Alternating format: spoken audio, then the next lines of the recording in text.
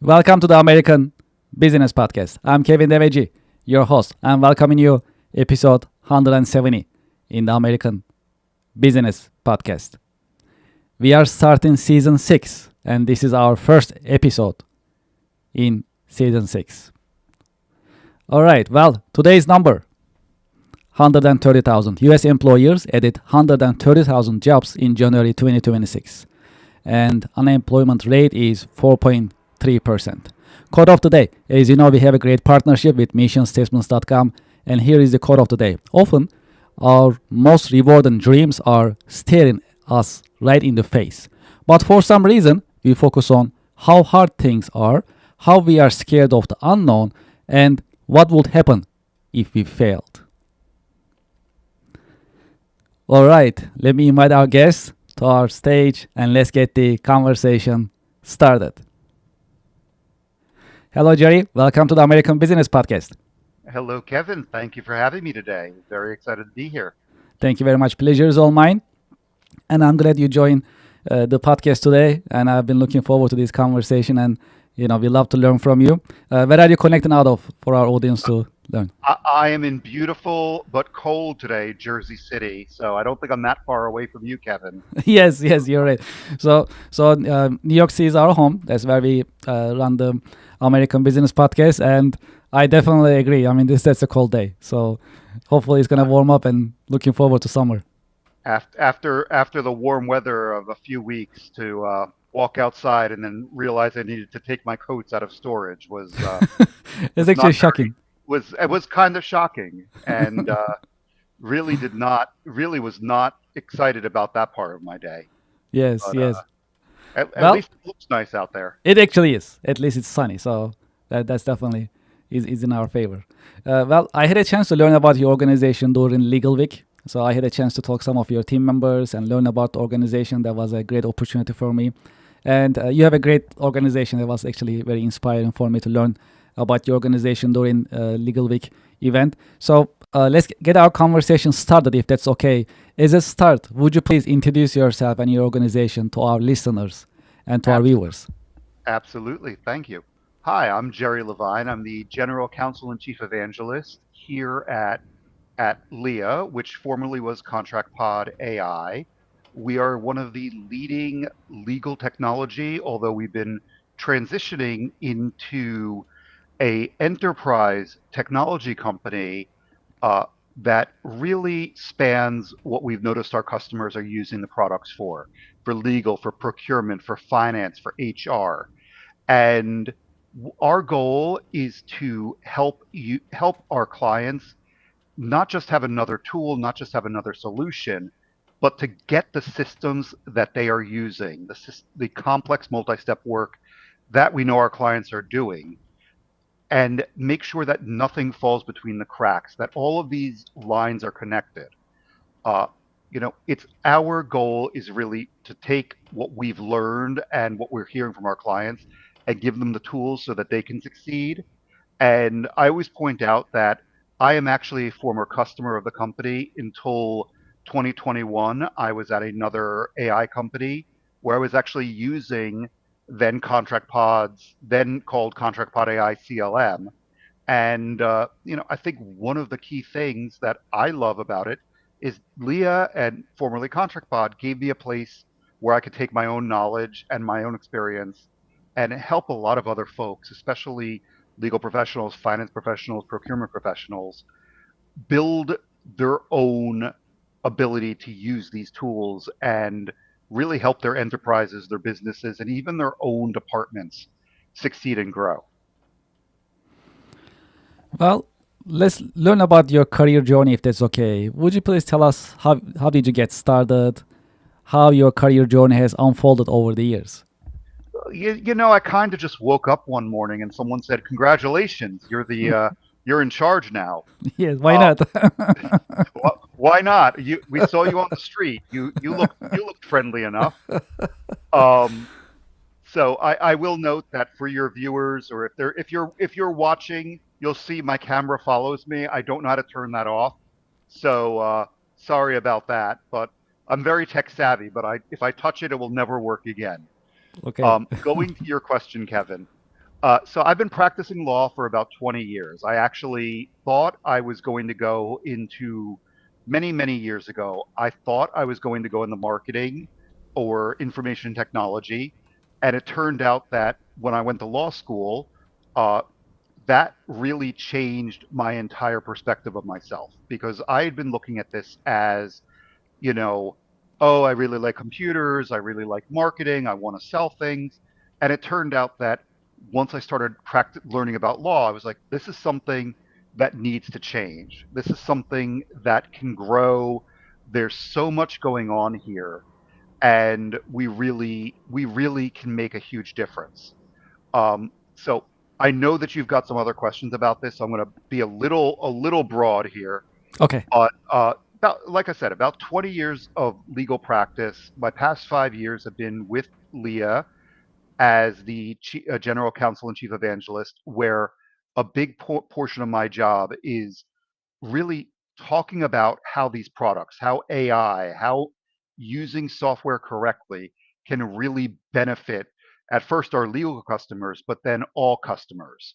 So, if anything, I would say I went from being just a pure practitioner of law to advocating for people to adopt basic legal tools to really thinking about how enterprise AI works and how companies can use workflows, artificial intelligence, and other technology concepts and tools that we're seeing available today to change themselves, but also rebuild and reorient their organizations for success. What is the secret of your success? So this is a two-part answer. I like that. Um, I think the one I'll say now because I think you'll there's one I would tell younger folks today and what the secret they can follow. But for me, I think the secret of my success has always been I've developed what I think is the ability to travel or translate between worlds. So many uh, again, I come from a legal background. So many lawyers are really good at thinking, but they're not so good at fluently talking about technology, or they're not so great at really looking at the business impact. So, what I learned a few years ago was that many, many attorneys, especially, are really good at speaking that one language, that legal language, but they're not good at speaking all three. So, when I realized that, when I was first moved in house and I learned that the key for attorneys, in house especially, is to be able to understand not just the law, but the business impact of what they're doing and the technology that's available, that changed really my entire focus. And when I talk to other lawyers about this today, when I talk to any professional about this today, really, it's always in the idea that you have to take your concept of what you know is your core competency and have other branching ideas and have other branching areas where you can speak. Because I've met plenty of folks out there that are really good at giving a technical explanation, much like lawyers can be really good at giving a legal explanation, but there's a lot of folks that just will not ever understand what you're saying. And that's the reason why so many people go, I got this email, and they throw it into an AI tool and say, what does this actually mean? TLDR, explain this like I'm five. And the fact is there's a lot of these magical words that have to be translated between industries, between concepts. And so I think the secret to success is understanding not just yourself. You have to understand yourself to really be successful, I believe. You have to have that self knowledge and self awareness. And to be fair, my wife would say that I have no self knowledge and no self awareness. But at least in my day to day business work, apparently I do. But you have to take that own self knowledge and self awareness, and you have to focus on what others are doing and where they are coming from, and be able to recognize what they don't understand, and be willing to learn their what they do need to understand in order to deliver a result that they're looking for. So if anything, it's the it's that translation between worlds, understanding what everybody involved is needs to accomplish. That's a true secret to success. And the corollary is don't go too far. Don't embed yourself so much that you can't. What would the phrase be? Make sure you can always see the forest, even if you're looking at one tree. So, I think those are two key things that I've looked at, which that translation and keeping your wits about you. When I was at Legal Week, I was actually pretty surprised with the involvement of technology in legal industry, which I'm from technology industry. That really surprised me. It was like I felt like I was in a technology conference more than a legal event. So that was actually pretty cool. And last week, also I had a chance to interview a family lawyer from California area. That episode will be live tomorrow morning, Eastern time, and we had this conversation as well. So the technology really changes the field, and it's really exciting to see how technology actually impacting on legal work and also shaping the industry. So, from your point of view, how do you see the state of your industry, technology, legal technology? Any How do you see the changes in the market nowadays, and opportunities and and threats that you are observing? Yeah. So I think, look. I think anybody who tells you there's no change and nothing is ever going to change is wrong. I'll be honest there.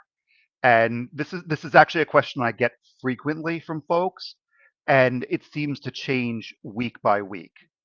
So, on just a pure basic idea, everybody is, well, that's probably a little too broad.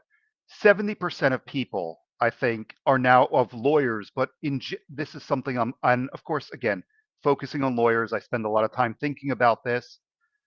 70% of lawyers are saying that they're now using AI tools in their work, and more across the entire legal industry. And I'm talking about everything that touches that: insurance, procurement, all of these.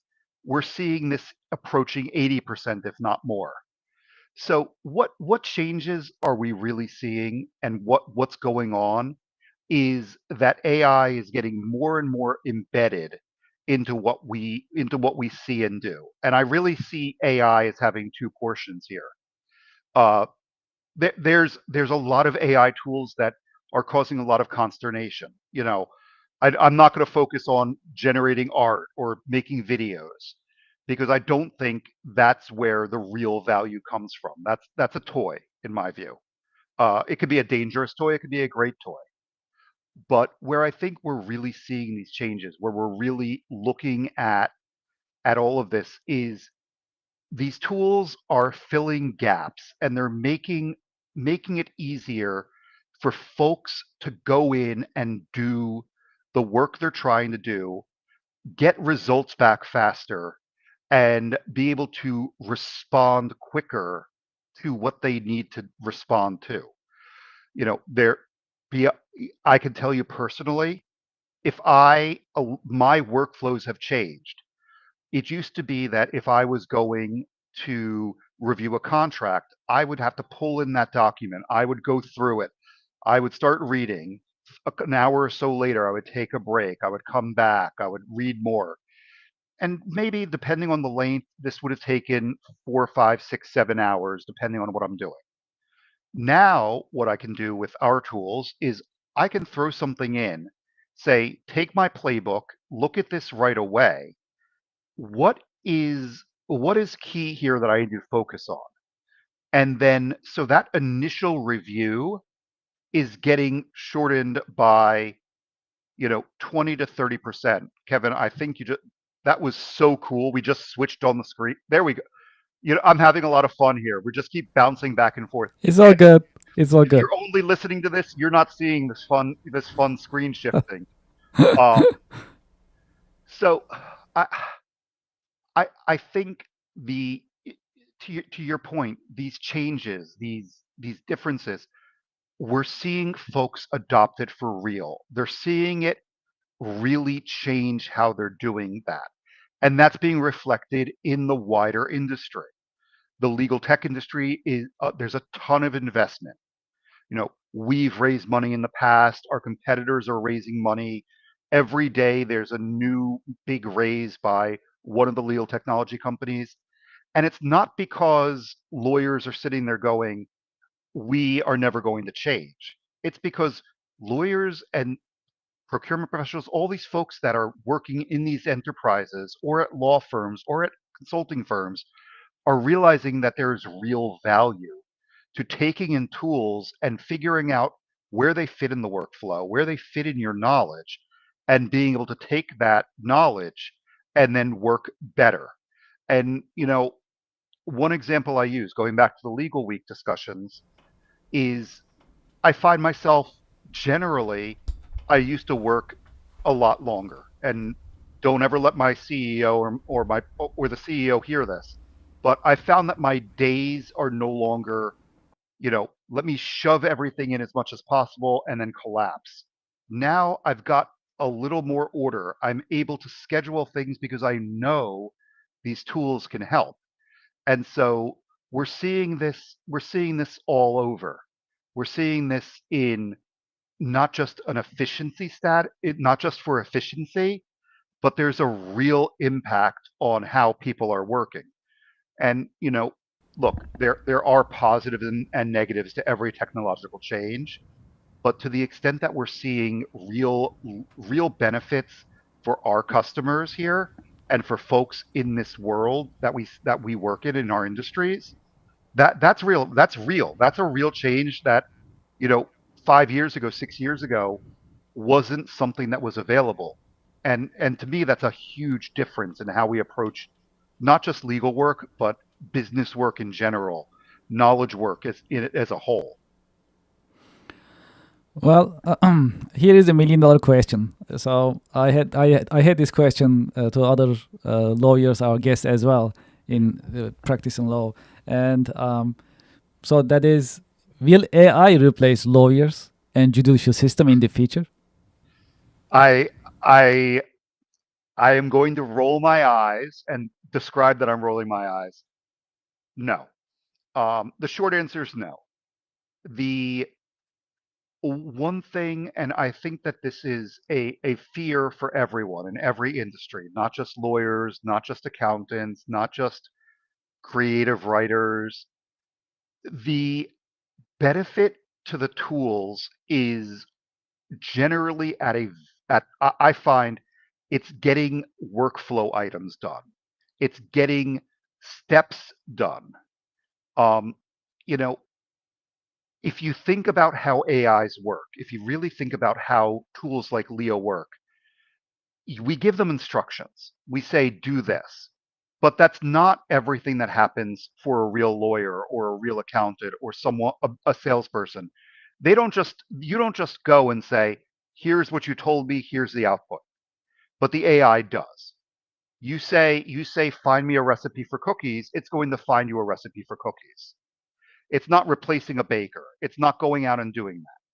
So where I think the real impact is, and I'm not going to use that, I'm going to avoid it, but I'm going to throw it out there.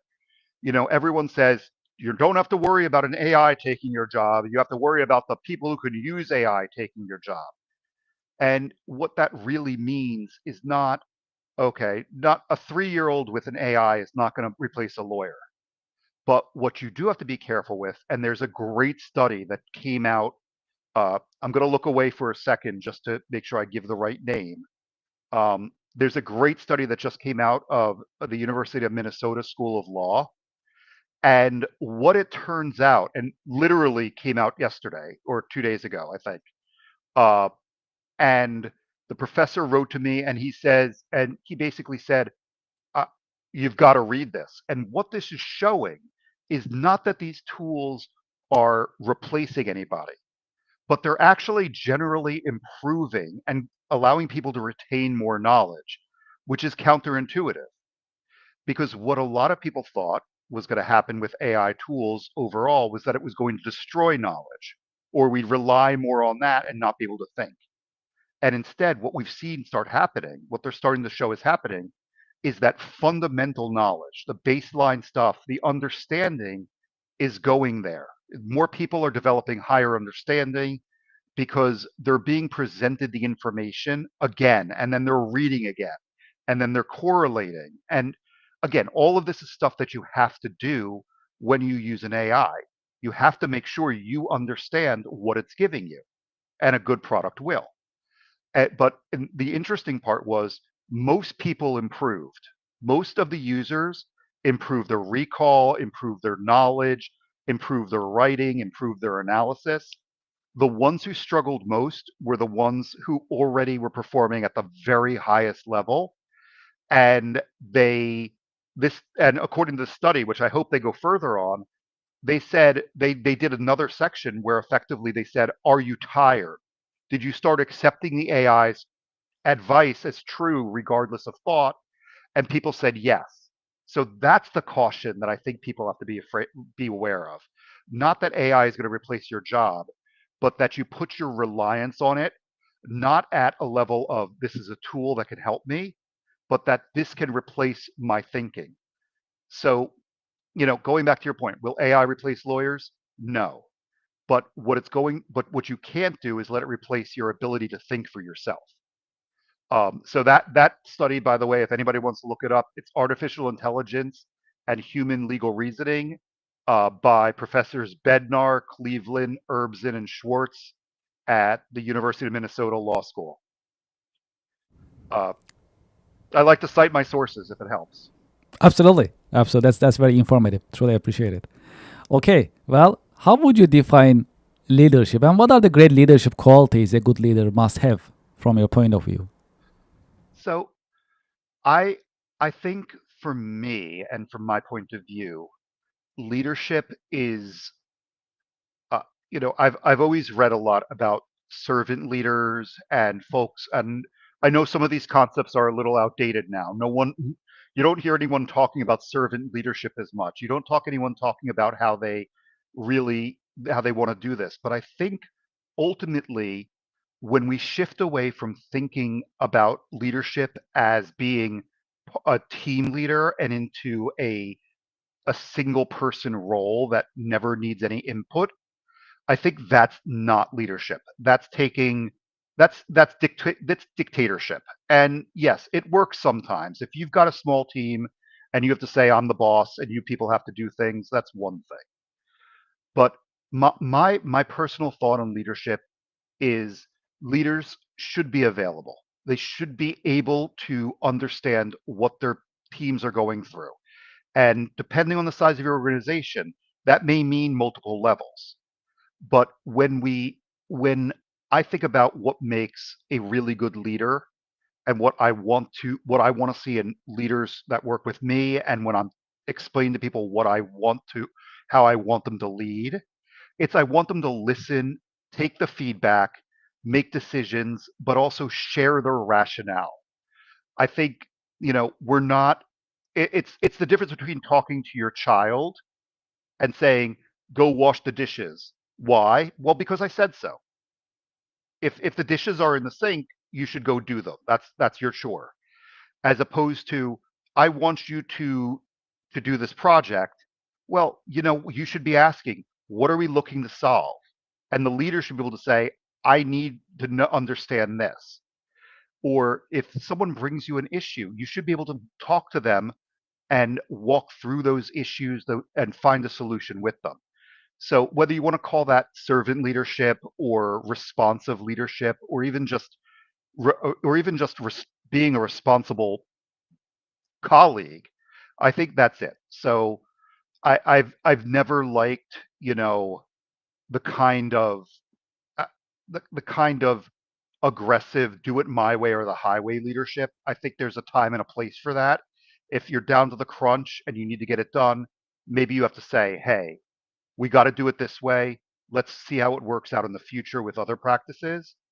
But I think the best leaders, the ones I like following, are the ones that are out there, that are meeting with their teams, that are out there gaining knowledge from the rest of the organization that are actually listening. And so if you want to classify that is as I guess there you go. I call it listening leadership. Responsive listening leadership. You hear things, Yes. you take them in, you figure out what to do next, and then you help with guidance. But you always keep that conversation flowing, and you always need to be able to put away your preconceived notions of what should happen, because ultimately a good leader should be able to change courses when things change. If you keep you know, if you keep doing the same thing over and over again with the same result, expecting something different, that's the definition of insanity, I think, according to Einstein or something. But if you take what you're learning and you Hmm. apply those lessons and you change it going forward, that's being a real leader, and you're actually modeling knowledge-based, responsible learning leadership to the rest of the team. So I think those folks make the best leaders. I have been lucky that almost everybody I've worked for, and I know that you didn't ask this, but I have been lucky that most of my bosses, most of my supervisors through my career Hmm. have generally been willing. You know, if I say we should do this differently, they've been willing to say why, explain why you think we should change. And then they're willing to either explain why not Hmm. or tell me how to, or tell me why we will adopt that. So I think that's the core for me of leadership is responding, listening, and then learning. Have you had any role models, any mentors who help you shape your career journey over the years? So yeah, I see. I knew that was going to be the next question. Um, I I have actually a fairly strange. Uh, I do think it's a little weird. I think it's a little bit of a strange, weird uh, career path and career learning path for many lawyers. In that I almost I didn't work for a man until midway, till probably 10 years into my career. So I have heard all these stories of young lawyers who have worked for male supervisor, male lawyers, and you know, I never had that. I worked when I was clerking as a young lawyer. I worked for a judge, Judge Carol Higbee, who's unfortunately passed away. I've worked for my woman partners, but I really credit two folks I worked with when I was at Barnes and Noble College, uh, and especially you know those two general counsels I worked for at Barnes and Noble College. I feel really taught me what it meant to be a real professional in the field.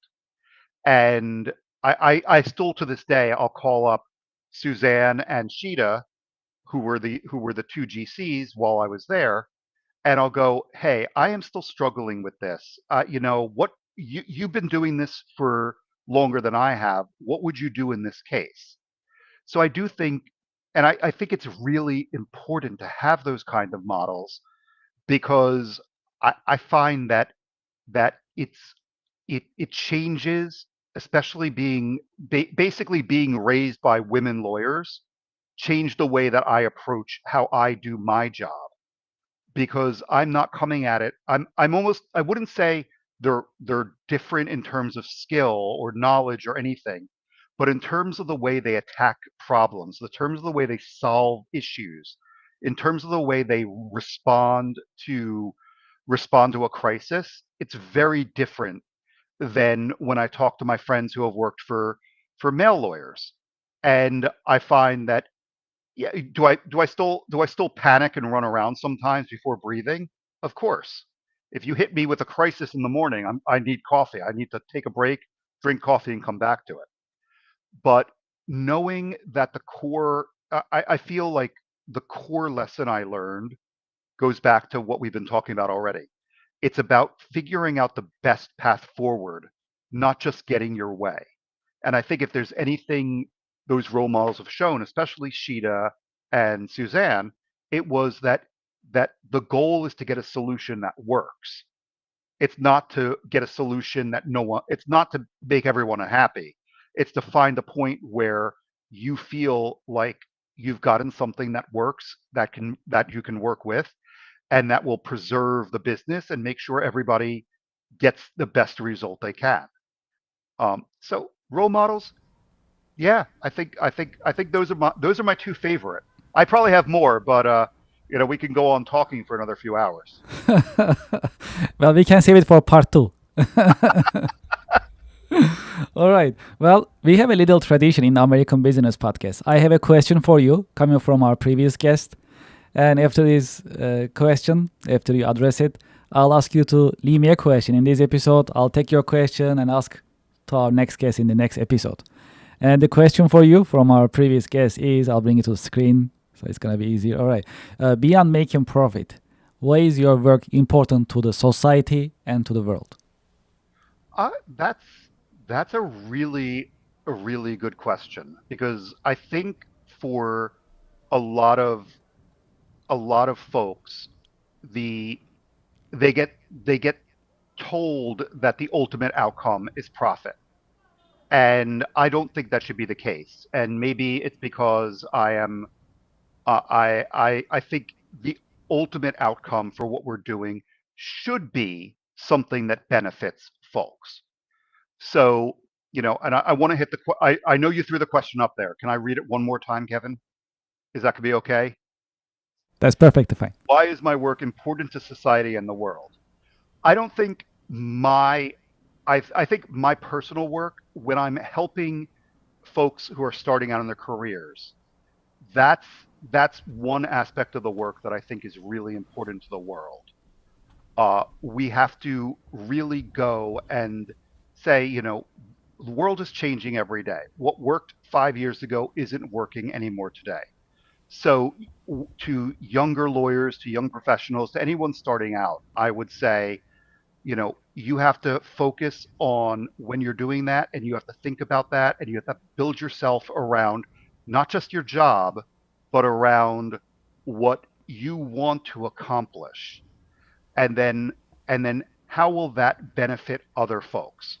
And then personally, what we're doing here at Leah, I think, and I'm going to throw on my other chief evangelist hat, is is listen, evangelism at its core, with stripped of all religious meaning, is about delivering good news, delivering ideas. And I think that's what we're doing. We're looking at ways to make people take what they're doing on a daily basis and do it in a more effective manner.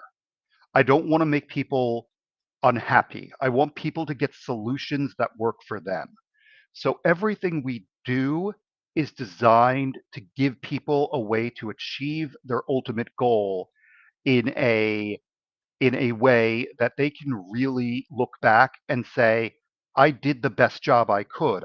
Was given the tools, I was given the knowledge, I was given the understanding to really go ahead and build something that matters. And ultimately, I think what I want people to feel when they go home at the end of the day after using something that we build here at Leah is, yeah, that really helped. I got this done.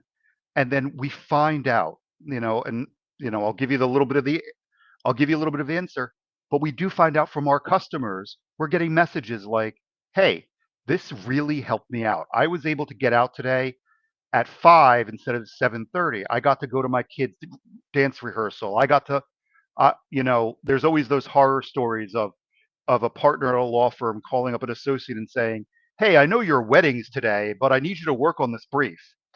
If that's ever happened to you, I'm really sorry. But I don't want that to happen to anybody else. I think people need their time. And I think one of our goals is to give people the time, their downtime at night in the weekends, so that they can achieve during the week, during the work week, get those things done so that they can be more satisfied in the rest of their life. And what is your question for the next guest? This one's hard. And I would prefer not to ask a work related question. So I'm going to Okay. focus on my other true love, which, Kevin, I warned you, is always food. Um, so next guest. I love eating, and I've been vegan. But where have you traveled to in the past year? Anywhere. It doesn't matter. What did you find was your favorite dish, and what was new about it that surprised you when you traveled? I love the question. I love it. I'll make sure to ask in next couple of hours. So the next recording is coming up. So you won't have to wait too long for the answer. I'm very happy about that. Listen, I really do believe. I think my favorite thing to do with guests, with customers, with anybody, I love to take people out to eat Mm, because I think I've always been taught and told that the way you share things is by dining together. So yes. to me, that dining together, that meeting people, that sharing across a table is a key part of, you if you want to talk how I try to leave things better, I always try to make people have a good meal, think about something they can accomplish, and then enjoy the rest of their evening. And but having that good meal is very important to me because I think that sets up everything else for success. Well, and I don't have actually. Yeah, when I was listening to, I was thinking I don't have many vegan. I haven't met many vegan people around me. I think you are the second person I know who is vegan. So, and I had a chance to learn about vegan restaurants in the city, and it was actually Okay. quite an experience. But that's really interesting. And we never had any question to another guest about food, so this is also first time too. That's pretty Yeah. cool. I Yes, I try. love it. My main goal is to try to make people think outside the box, Okay, and okay. or if you put your food into a box, think inside the box while you're eating, then outside the box when you're done. Well, one thing is for sure, food definitely helps. That's for sure. Okay. Well, in this part of the episode, do you have any question that you would like to ask me? Yeah. I would love to know. This is the first episode of the new season. So Yes. I know that you haven't talked to many other people. I know that you said that the most recent episode was just released. What are you hearing from other guests about, or what did you hear in the past few guests about what their big changes that they're seeing? I tried to catch up, but I couldn't catch up all the way. I'm sorry, Kevin. I No, really no did. worries. I was I was I was on YouTube earlier, speed running the past few Appreciate it. days, Thank you. Thank you. Thank you for watching. but Appreciate it. but I didn't make it all the way to the end. No, So no, not a problem. Yes, what? absolutely. Yeah. What are your key learnings from the past few guests Um, that you'd like to share? yeah, this is actually a great point, and actually, I'm in the process of turning these conversations into a book, like short, brief summaries of just the gist of the conversation. Right? And if they like to learn more, they can watch the entire episode. So, well, the it's very interesting that you ask, and from professional point of view, how actually life really shape professionals' career and the outline of it, that which we know. It's just that I really keep hearing from professionals, which is the impact of family. So our parents, our siblings, and what we have seen, what we have learned from them, how we interacted, that really shaped the most of the time. That really shaped the career journey. So if you see a certain practice, certain business practice, or a craft from one of your parents, highly likely you'll learn from it. Maybe the same one, or you get some lessons. And but one thing is for sure, that's a big impact on professionals' life. Is what I see, and some of them they really have great role models that they can talk about. Just like yourself, you gave great examples, details, right? That's great. Some they don't have great role models. They have bad role models, but they learn from them and they learn what not to do. So that's also pretty cool. That learning experience Yeah, that I see. I shared the good ones, not the bad ones. I think Yes, I did possibly. learn. I do think you do learn a lot from the bad role models too. That's I think true. you That's absolutely true. learn what not You to look at it, you're like, I'll never do it. I see what is going on here. I don't like it, but I'm not gonna do it in the future. So I'm laughing because my son has actually told me he's like he'll go, Dad, you learned a lot of great things from Grandpa, but I wish you never learned any of the dad jokes and like terrible dad jokes like, hey, are you tired? Oh, hi, tired. It's nice to meet you. Yeah, I that's he usually that's his number one case for me. Well, so yeah, that's another one. And in terms of like businesses in general, and recently what we are learning is the impact of AI is actually wider than what we think in general. I mean, in business, personally, and the thought process of professions coming and evaluating is also a mix. So the majority of them using AI in some form and they like to adopt. I also met with some of them that they don't want and they don't like and they'll never use. They are saying that AI at all, for example. I see that too. And they explain why. I mean, their point of view. So we just listen and learn, and it's a point of view. So I'm sure there's a opportunity to learn something in that sense. So it's still AI is a mystery in so many ways. I mean, I'm in technology, so I understand and I appreciate it. I can guess what may be happening, and you share your view, which is very important. You're in technology, and daily basis you are helping your clients with the technology. So and some professionals, they don't have the technology background. They are business people. They are business oriented. They are entrepreneurs. They are innovative. Some of them, they look at it differently. So all I'm saying is like the AI is still a mystery in US in so many ways, and at the same time, it's an opportunity for small businesses. That's what we are seeing in terms of accessing these high level, high technologies. It's a powerful technology in a way. You don't have to be a Fortune 500 company to have this technology anymore. It's affordable. That's also so. It's really a mix. The AI is gonna be is changing our lives, and the way that businesses really look at it and use it is a mixed bag right now, and that's a big deal in terms of AI is what AI is doing, how it's actually shaping the business. Yeah, So these are the things that top of my mind. Yeah. yeah, I was going to say there's a tremendous amount of uh, I don't know how to say it. There's a tremendous amount of everything out there about AI. There's so much going on Mhm. with and even to those of us who use it every day, a lot of how it works is a mystery. I can tell you fundamentally like the way a large language model works, but I can't actually understand. I mean, this is a weird thing to say. I can tell you how it works, but I can't explain it. Mhm. Like Mhm. I know mathematically and probability wise how it works, but I don't know how it actually works on a fundamental level. Mhm. And I think I'm okay with that because I know enough to say this is where you stop and this is where you don't stop. This is where you use it. This is where you don't use it. And I think everybody is somewhere along that path. I think all the way to never use it. I mean, do you use spell check? So, and then people who are using it for everything, I think that's a different problem.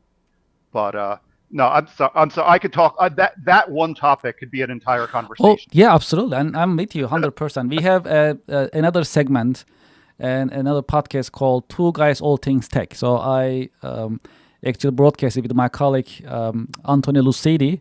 So there we just debate, right? And then we just talk about, and our main subject is always AI. And we have the same, like we just debate and talk about different parts of the AI. And we can just keep going and going and going. And then we hardly stop it really. So it's really, so I agree with you. I mean, there is a lot to talk about because you can look at it from different angles, by industry, by practice, and it really varies, depends on how you look at it really. So a couple of Absolutely. weeks ago we had our monthly roundtable discussion with some of our expert followers in the American Business Podcast. So the way that you look at AI from technology is different from how you look at it from in terms of from legal point of view, how you look at it from security point of view, how you look at it from manufacturer's point of view. Like these are all different practices. I mean, the technology is the same fundamentally, but how you're gonna utilize it, how you look at it, is completely different.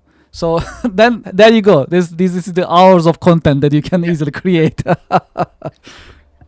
and there relevant content. Yes, exactly. There's an entire another podcast of yes, 10 yes, right there. yes. That is true. That's why we created the segment, the voice of AI. So that's pretty cool. Does it have a real AI voice? No, anytime that we talk about AI, Oh, that okay. is that's a part of the segment. Oh, Yeah, I yeah. thought But you were going. we are getting ready for actually another segment that there is gonna be only demos of Okay. software systems that we are getting ready for because there are many AI powered AI companies contacting us that they like to talk about. And we like to turn it into conversations are great. We definitely welcome it. We like to turn it into a more show and tell type of segment that's coming up. That is new. So that's really exciting. I'll keep you posted, absolutely, because that's Absolutely, I relevant to would you. love that. Okay, well, what is your career advice for the next generation professionals? Ooh, career advice. Oh, so we weren't actually done. Um, I this is the most dangerous thing you can do as a young professional and the most beneficial. And I say this from personal experience. Saying yes when someone approaches you that you could do something, even if you've never done it before, is both the best way to learn how to do something quickly, but also you need to learn how to do it quickly. And so what I found as a young professional would be people would walk up to me and say, Jerry, it was so nice meeting you. Do you do corporate formations? And at the time I was a litigator. But I said, sure, I do corporate formations. And then someone else says, oh, do you do employment contract reviews? I said, sure, I review these. Now each time, I had to teach myself something new. But that ultimately, saying yes to doing that work, ultimately gave me the foundation to do everything, to be a general counsel, to be able to come in and take on other tasks. Because if you just focus, what is it? Specialization is for insects. I think that there is both a real important need to have deep knowledge in one area, but you can't take yourself as a young professional and know nothing about anything else. So if you're starting out in your field and you want to be an expert in one area, make sure that you know things about other areas as well. Don't just be an employment lawyer, or don't just be if you can't recognize other issues, if you can't recognize other concepts, you're going to be in a lot of trouble. So my best advice and my worst advice is to say yes to everything. But the important thing is that when you say yes, you go ahead, you teach yourself, you learn it, and then you do it, to the best degree you can. Because the other part of that is people will ultimately forgive you if you do your best, and they'll give you feedback, they'll help you do better. But if you don't know anything and you clearly didn't know anything, that's the problem. So say yes, learn it, and then do it. It sounds like it's weird, but saying yes and doing it is the most important thing I think you can do as a young professional. For those who like to continue this conversation, what is the best way that they can get in touch with you, Oh, sure. learn That's a about your great company? question. You can always visit us at www.leahai.com. If you search for Jerry Levine on LinkedIn, I am easy to find. I'm actually easy to find if you search in any search engine. Um, if you find a director or a doctor or uh, yeah, a lot of doctors, they're not me. If you look for the person who looks like me, it says Leah, and it says something about AI. You probably found the right guy. Or like I said, it's always very easy to find me. Just search for Jerry Levine, jerry.levine at leahai.com, or find me on LinkedIn. Jerry, thank you so much for being with us in your busy My pleasure. schedule. Thank you for sharing your professional insights and wisdom with us in the American Business Podcast. My pleasure. Thank you, Kevin, for having me. Thank you very much, and I wish you a great day. And to our listeners and to our viewers, I hope you enjoyed today's episode. And what do you like? What do you think about AI? How do you like this episode? Please share your thoughts in the comments in the chat box. We love to hear from you. And if you like this episode, please subscribe, like, invite your friends, your colleagues, and let's get this conversation going. We truly appreciate your help and support in the American Business Podcast. We'll be right back after a short break. Thank you.